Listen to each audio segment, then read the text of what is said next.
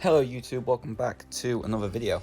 So we have another path of 7.4.5 here, and we're going to be taking the T5 basic paradox path.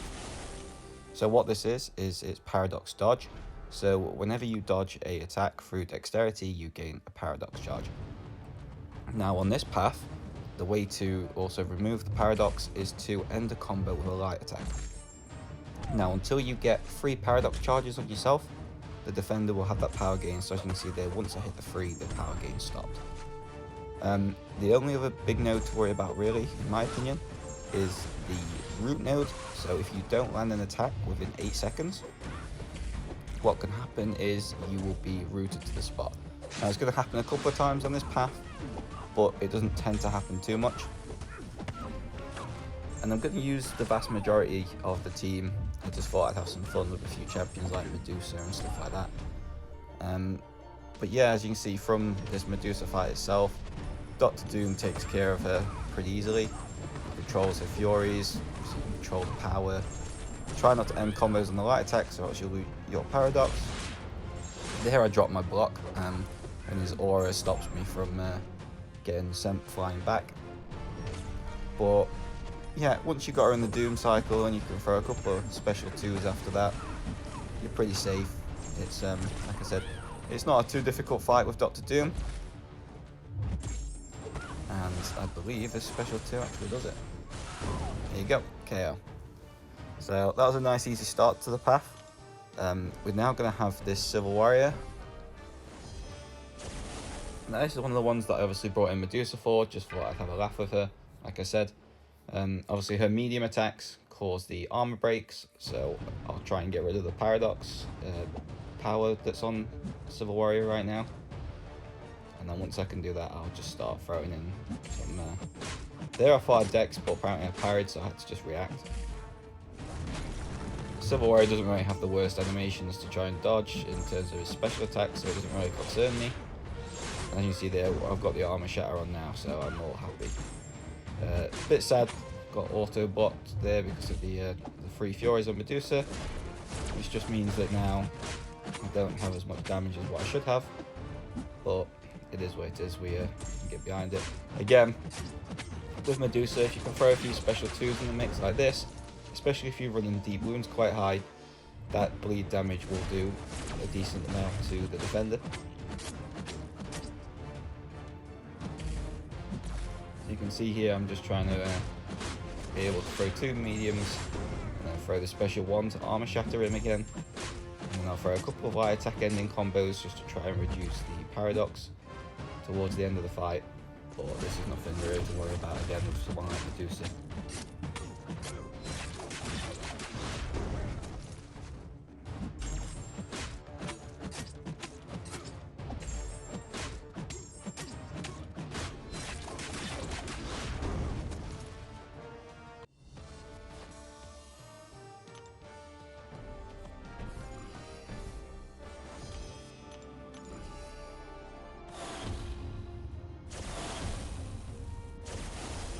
Right then, Magneto up next, and I decided to use Human Torch and the pre-fight for this. I just thought it'd be funny and it'd be quicker. So again, you can't use Doom. Medusa wouldn't really work very well. I couldn't use Apocalypse, who I brought in the team, just because they're metal champions, and obviously Magneto does too much to them. So now we've got this, and we're just going to literally just get rid of the paradox and then parry, do a few hits, throw special 2s here and there. Obviously I'm going to have to get a few dexterities from dodging special attacks. But apart from that, it shouldn't be too bad.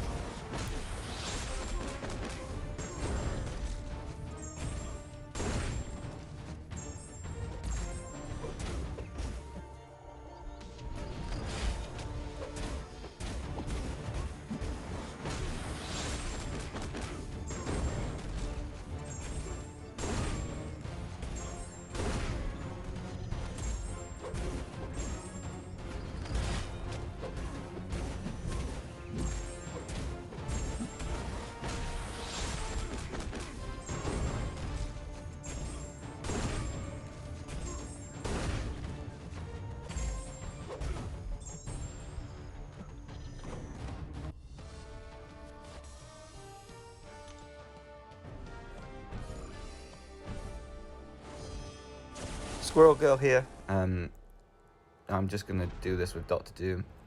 Again, I could probably use really anyone, but he's already got his Paradox build-up done, and obviously we all know how good of a counter he is to pretty much 95% of content that's made still within the game, so just going to let him nuke this Squirrel Girl down.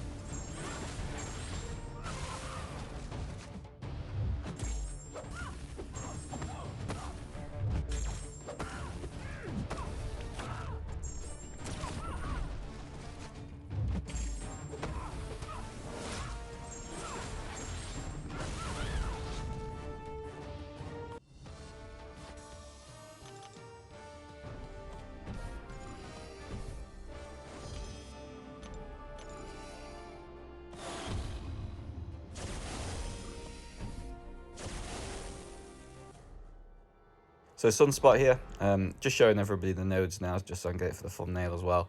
I've realised at this point that I'd actually forgot to do it, just because I looked at all the nodes in the preview.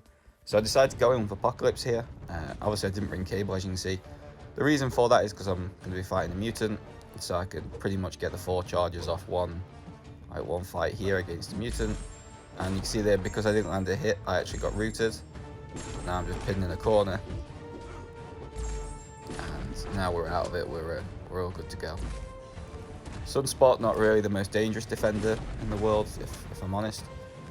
He can catch you, and he does catch me at one point. And I thought it was going to give me the Incinerate immunity, but it didn't last long enough on me.